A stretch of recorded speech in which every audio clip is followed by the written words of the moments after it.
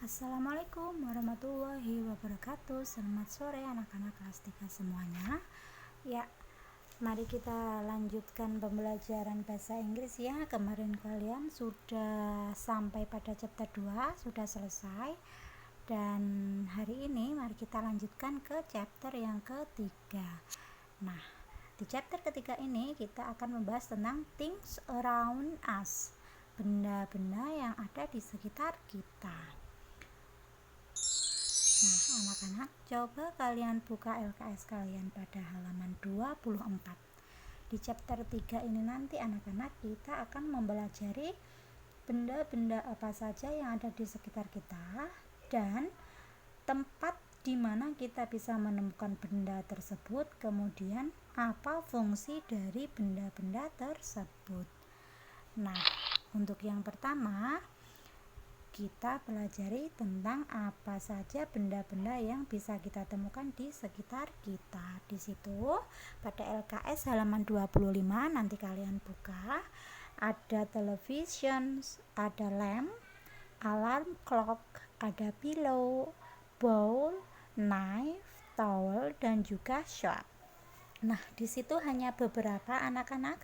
Nanti tugas kalian coba cari benda-benda lain yang ada di sekitar kalian. Kalau di situ kan hanya ada 8. Nah, nanti coba kalian temukan lagi benda-benda yang ada di sekitar kalian. Kemudian catat di buku catatan kalian. Nah, sebelum kita lanjut pada grammar point, di sini Bu Novi juga akan memberikan bagian-bagian rumah. Nah, untuk apa bagian-bagian rumah juga dibahas pada chapter ini? Karena nanti anak-anak kalian pasti akan menemukan pertanyaan yang menanyakan di mana kalian bisa menemukan benda-benda yang ada di sekitar kalian. Nah, untuk yang pertama di situ ada etik. Etik itu adalah ruangan bagian dekat dengan atap ya. Kemudian di situ ada bedroom, yaitu ruang tidur atau kamar tidur. Kemudian ada living room, yaitu ruang tamu. Kemudian ada basement. Kemudian ada laundry. Kemudian ada bedroom, yaitu kamar mandi. Kemudian ada kitchen, yaitu dapur. Dan yang terakhir di situ ada dining room atau ruang makan. Untuk etik, basement, dan laundry anak-anak karena jarang ditemukan di sini, maka kita skip saja. Yang penting nanti kalian tahu bedroom, living room, bathroom, kitchen, dan juga dining room. Soalnya nanti paling 1, 2, 3, 4, 5 tempat itu yang paling sering kita jumpai ada benda di situ. Nah, kita lanjut anak-anak, langsung kita pada grammar point. Kalian buka LKS kalian pada halaman 31. Nah, di sini Bu Novi langsung menjelaskan pada grammar point karena Bu Novi di sini mengajar materi, sebab nanti tanggal 6 September kalian sudah menghadapi penilaian tengah semester. Jadi Bu Novi langsung saja menjelaskan pada grammar point. Di situ ada 2 poin ya anak-anak, poin A dan poin B. Kita bahas satu persatu. Yang poin A, kalau kita mau menanyakan suatu tempat di mana kita bisa menemukan benda yang ada di sekitar kita atau benda yang dimaksud, maka pertanyaannya adalah where can we find titik-titiknya diisi nama benda.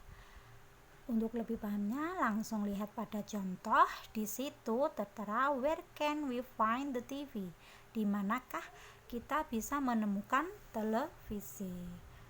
Lalu dijawab we can find it in the living room, kita bisa menemukannya di ruang tamu. Nah, itu tadi anak-anak sebabnya kenapa Bu Novi memberikan bagian-bagian rumah, gunanya jika ada pertanyaan seperti pada poin A ini. Kemudian kita langsung bahas yang B.